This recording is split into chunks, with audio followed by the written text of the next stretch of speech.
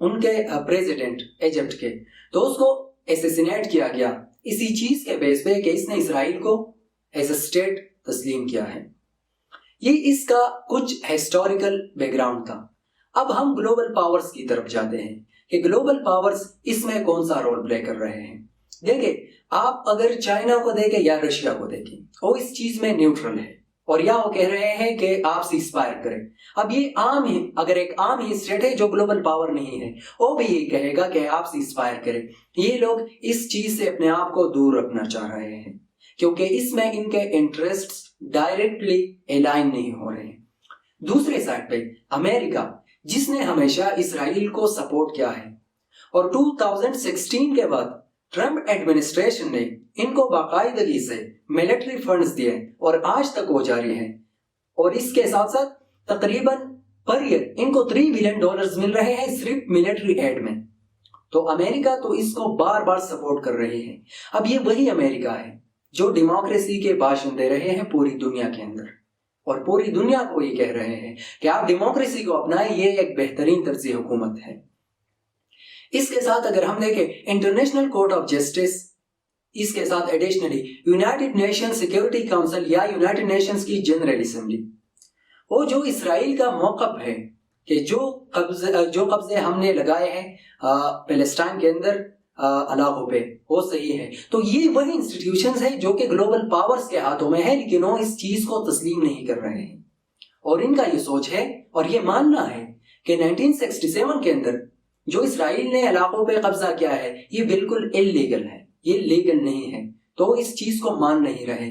لیکن دوسرے سائڈ پہ اگر ہم دیکھیں یونائٹڈ نیشن سیکیورٹی کاؤنسل کو، آپ دیکھیں ان کا کام ہے دنیا کے اندر پیس کو مینٹین کرنا، اس کے ساتھ سیکیورٹی کو مینٹین کرنا، اور اگر کسی جگہ میں سیکیورٹی ایشوز ہے یا ہیومن رائٹس وائلیشن ہو رہی ہے تو یہ یونائٹڈ نیشن سیکیورٹی کاؤنسل وہاں پہ وار بھی ڈکلیئر کر سکتی ہے۔ لیکن افسوس کی بات کہ اس چیز کو کہاں پہ یوز کیا گیا؟ اس چیز کو یوز کیا گیا مڈل ایسٹ کے اندر، عراق کے اندر، اور اسی طرح سیریا اور یمن کے اندر۔ امریکہ نے آ کے ان علاقوں میں انٹرونشنز کی، انہی سٹیٹس کے اندر انٹرونشنز کی، اور یہ کہا کہ یہاں پہ ہیومن رائٹس وائلیشن ہو رہی ہے۔ اسی چیز کو لے کے یہاں پہ انہوں نے ملٹری انٹرونشنز کی، لیکن ان کو پیلسٹائن نظر نہیں آ رہا، ان کو کشمیر نظر نہیں آ رہا، وہاں پہ جتنے بھی ہیومن رائٹس کے وائلیشن ہو رہے ہیں یہ ان کو نظر نہیں آ رہے۔ اب ڈیموکریسی ان کے سٹیٹ کے اندر ہی موجود ہے، باہر کی دنیا کے لیے ڈیموکریسی کا ان کا کانسیپٹ ہی الگ ہے۔ تو یہ جو بھاشن دے رہے ہیں ڈیموکریسی کے، یہ صرف امریکہ کے اندر ہے۔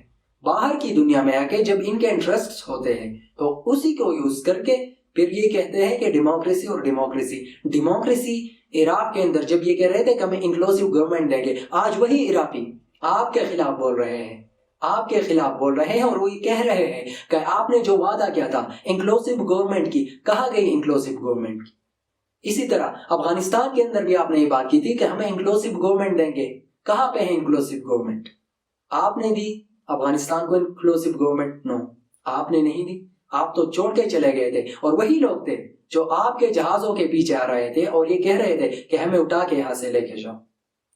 تو یہ ہے ان کے کنسیپٹس، حالانکہ ان کے ڈکلیریشنز کے اندر یہ بات واضح ہے کہ جہاں ہیومن رائٹس وائلیشن ہو رہی ہو وہاں پہ یہ لوگ انٹرونشن کر سکتے ہیں، لیکن جو اسرائیل جو ہیومن رائٹس وائلیشن کر رہی ہے اس کو جا کے یہ سپورٹ کر رہے ہیں۔ اب یہ دوغلا پن ہو گیا۔ تو اسی چیز کے بیس پہ ڈیموکریسی پھر کیا ہوگی؟ آپ 10 منٹ کے اندر بیٹھ کے اپنے انٹرسٹ کے لیے کوئی بھی ڈیموکریسی، کوئی بھی نیا کانسیپٹ، کوئی بھی فارم آف گورنمنٹ بنا سکتے ہیں۔ 10 منٹ بیٹھے ایک نیا چیز پریپیئر کرے اور دنیا کو دے دے کہ یہ بیسٹ ہے۔ تو اسی طرح ہزاروں طرز حکومت کے طریقے آپ اپنا سکتے ہیں، نئے نئے فارمز آپ لا سکتے ہیں۔ تو ڈیموکریسی کیا ہوتی ہے، کمیونزم کیا ہوتا ہے، ہر کسی کے انٹرسٹ۔ تو جب انٹرسٹ ہوتے ہیں تو وہاں پہ لوگ عجیب قسم کے فلسفے اپلائی کرتے ہیں۔ یہ وہی امریکہ جو ڈیموکریسی پہ بیس ہے، پوری دنیا کو یہ آج تک باور نہ کرا سکی کہ یوکرین کو ہم سپورٹ کر رہے ہیں اس لیے کہ وہاں پہ ہیومن رائٹس وائلیشن ہو رہی ہے، مگر پیلسٹائن کوئی اس پہ بات ہی نہیں کر رہا۔ کتنے سیکیورٹی کاؤنسلز کے اندر انہوں نے وہ کی ریزولوشنز کو ویٹو کیا۔ تو یہ ان کا کنسیپٹ ہے، اور ایز اے گلوبل پاور اور پھر کہتے ہیں یہی لوگ کہ جی ہم انکلوسیو گورنمنٹس پوری دنیا میں لانا چاہتے ہیں. Thank you.